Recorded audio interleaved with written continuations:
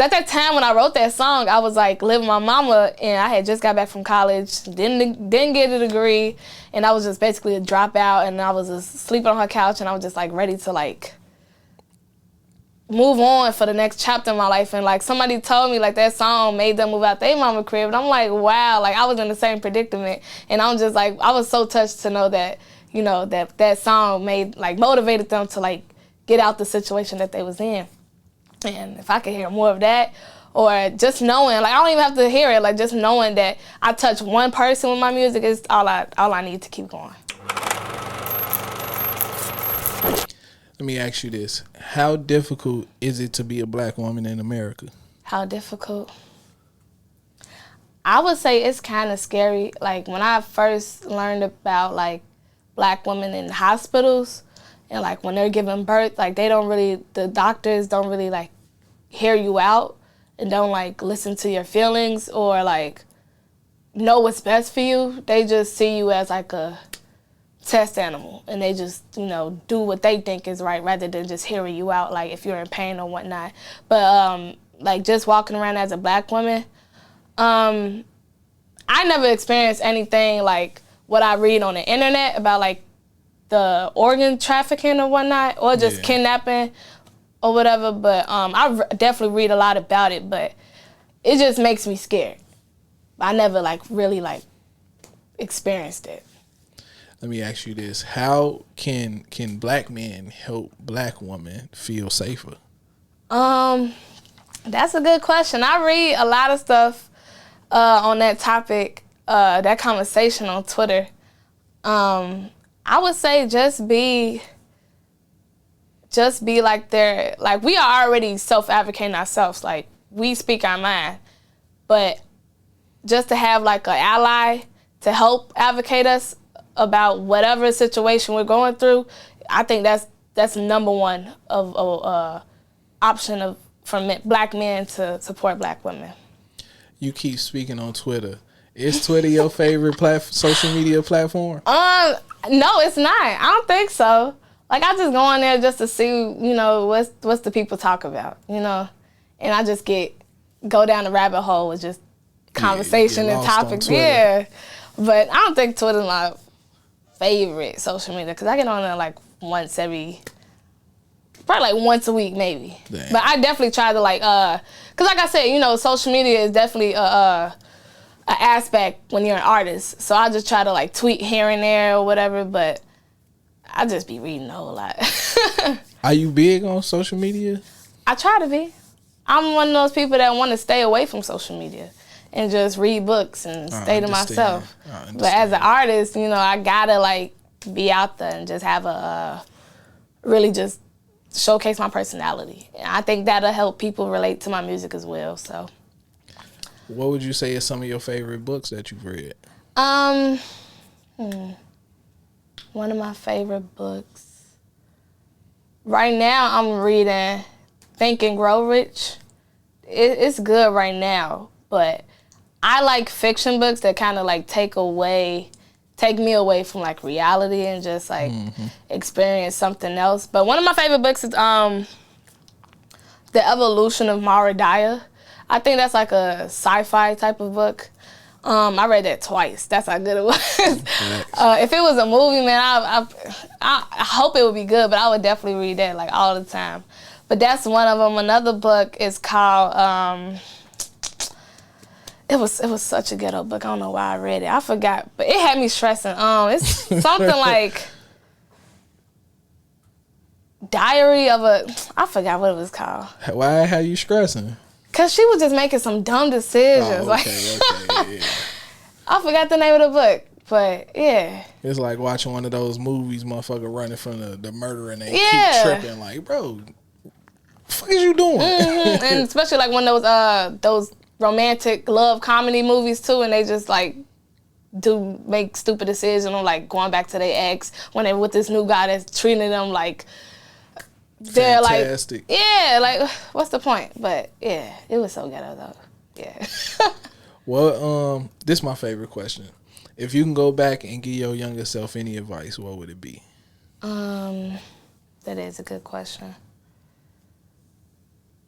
I would tell myself to always, like, stay true to myself. Don't let, like, other people speak fear into my dreams. Go after whatever that I want to go after. Anything is possible as long as you stay consistent and motivate yourself and just stick it through, basically, and always be like a lifelong learner. So just reading books and like sometimes reading on Twitter, you learn a lot as well. So and more like give the knowledge to other people as well. And I think like with my music, that's something I feel like it's a purpose for me in life, just to give my gift out to other people. So yeah, that's the advice I would give myself. All those things should be things that should be taught in school. Yeah. Number one, staying consistent. To me, that's the hardest thing to do in life is to stay consistent. Because today you might not be feeling like doing anything. Tomorrow you might not feel like doing anything either. Wednesday you might feel like quitting. Like, man, fuck this. But what I learned is just doing one thing every day that goes towards your career or your passion is a step in the right direction. Yep. Because like we overlook the smallest things trying to make it big, you know. And we look at, like you say, social media make it look like everybody a millionaire. Everybody giving advice on social media.